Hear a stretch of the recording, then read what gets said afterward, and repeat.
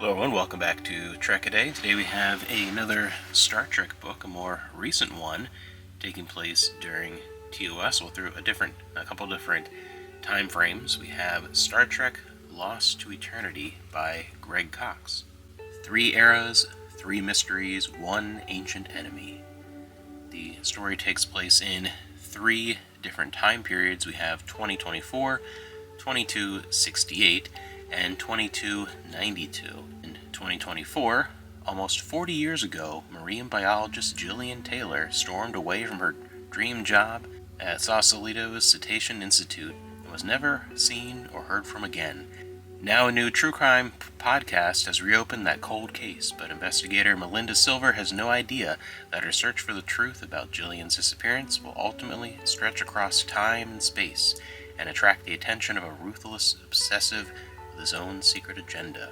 And in 2268, the USS Enterprise's 5-year mission is interrupted when Captain James T. Kirk and his crew set out to recover an abducted Federation scientist whose classified secrets are being sought by the Klingons as well.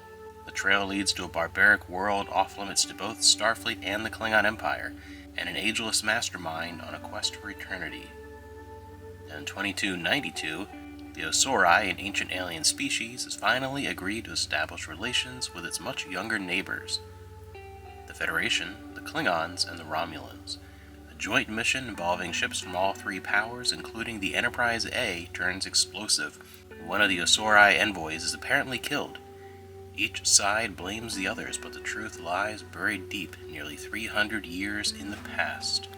This book implements a storytelling mechanic that has always been very hit or miss for me. Sometimes it works very well, and other times it feels unnecessary and almost burdensome to the flow of the story, and that sadly is the case with this one. Ultimately, it's an overall enjoyable book, and one I eventually someday will reread, and was a fun story, but it jumps back in time between these 3 time periods, chapter by chapter. Sometimes you might get 2 chapters in a row from one time period, depending on what's going on, but you're constantly jumping back in time across up to 300 years with the 2 podcasters who are looking back at the events of Star Trek IV: The Voyage Home and investigating the mysteries and all the stories involved there.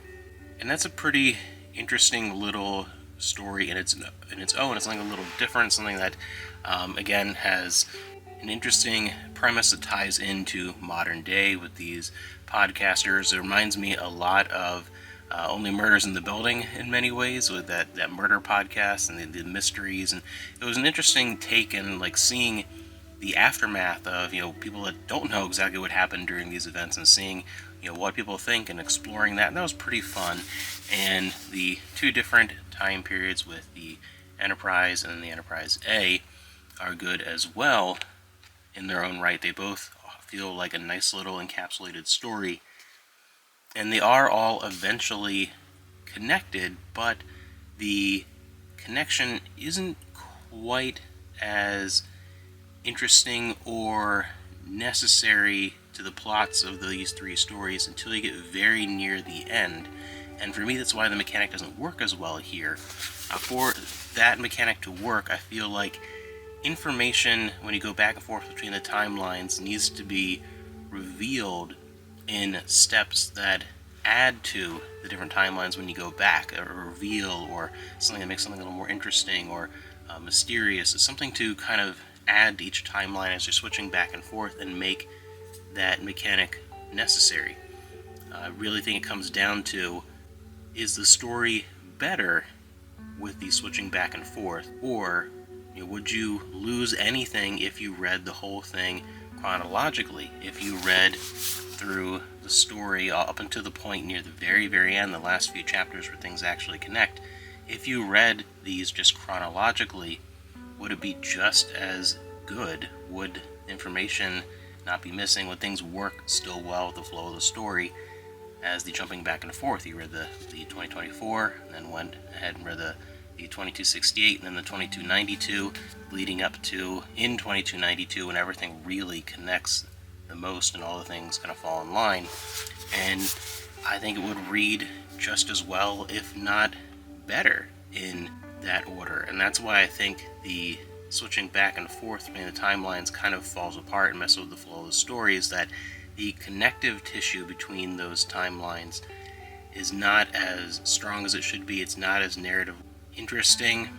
So overall, it was still a fun story because I think all three of those stories hold up as their own little short novellas that are fun to explore, and then you get the bit as they really connect. But ultimately the connection and the search all connected by a search for long life, by a search for eternity and immortality.